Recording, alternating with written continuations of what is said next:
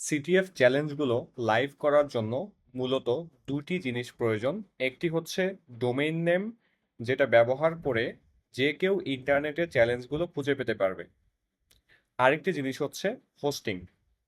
Host করার জন্য একটি ভিপিএস দরকার। ভিপিএস হলো মূলত একটি কম্পিউটার যা ইন্টারনেটের সাথে কানেক্টেড এবং সেই কম্পিউটারে এই চ্যালেঞ্জটি রানিং আছে, এবং ডোমেইন ব্যবহার করে যে কেউ সেই কম্পিউটারের সাথে যোগাযোগ করে চ্যালেঞ্জগুলো সলভ করতে পারে।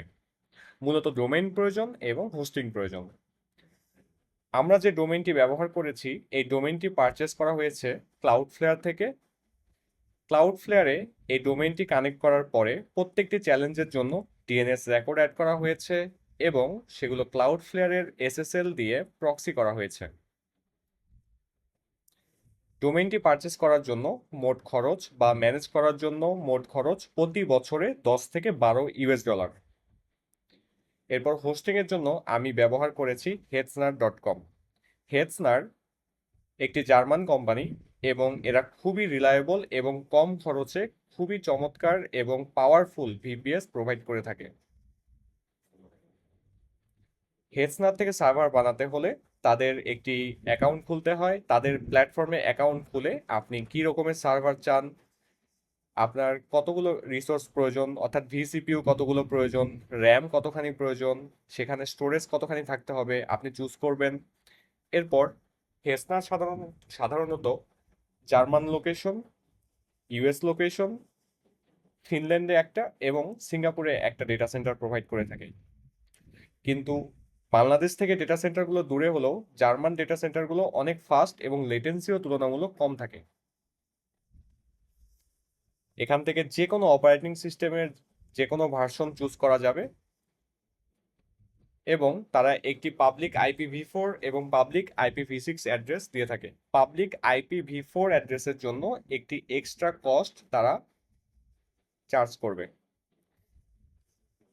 আমাদের SSH কিগুলো কানেক্ট করতে পারবো, যে কোনো একটি ফায়ারওয়াল অ্যাপ্লাই করতে পারবো, ব্যাকআপ অন বা অফ করতে পারবো। ব্যাকআপের জন্য প্রত্যেকটা সার্ভারের খরচ 20% বেড়ে যাবে।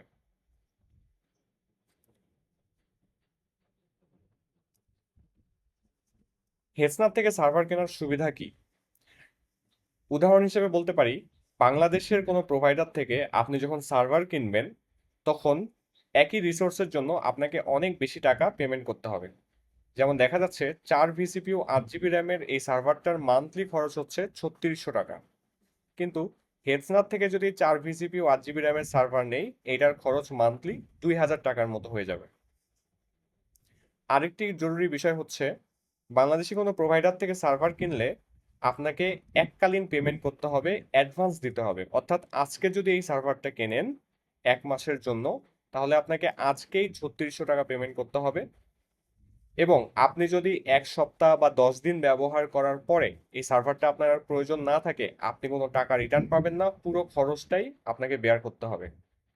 কিন্তু হেডসনারের সার্ভারগুলো pay as you go plan maintain করে। অর্থাৎ এই 14 ইউরোর সার্ভার, যদি আমি 14 ইউরো প্রাইসটা হচ্ছে 1 মাসের জন্য, তো এই সার্ভারটা যদি আমি পারচেস করি এবং 15 দিন ব্যবহার করার পর ডিলিট করে দেই, তাহলে আমাকে শুধুমাত্র 7 ইউরো চার্জ করবে।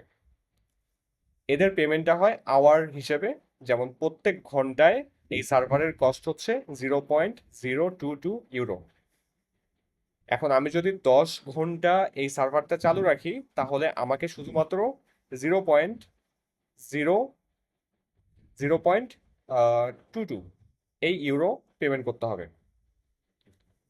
আমি যে কোনো সার্ভার ক্রিয়েট করব, আমার কাজের জন্য বা শেখার জন্য ব্যবহার করব এবং পরে ডিলিট করে দেব।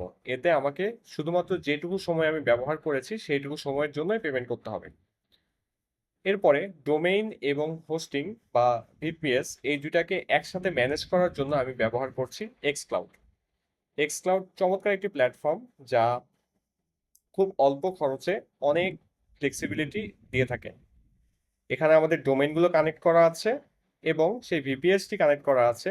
সেখানে এই প্রত্যেকটি চ্যালেঞ্জ বর্তমানে লাইভ করা আছে।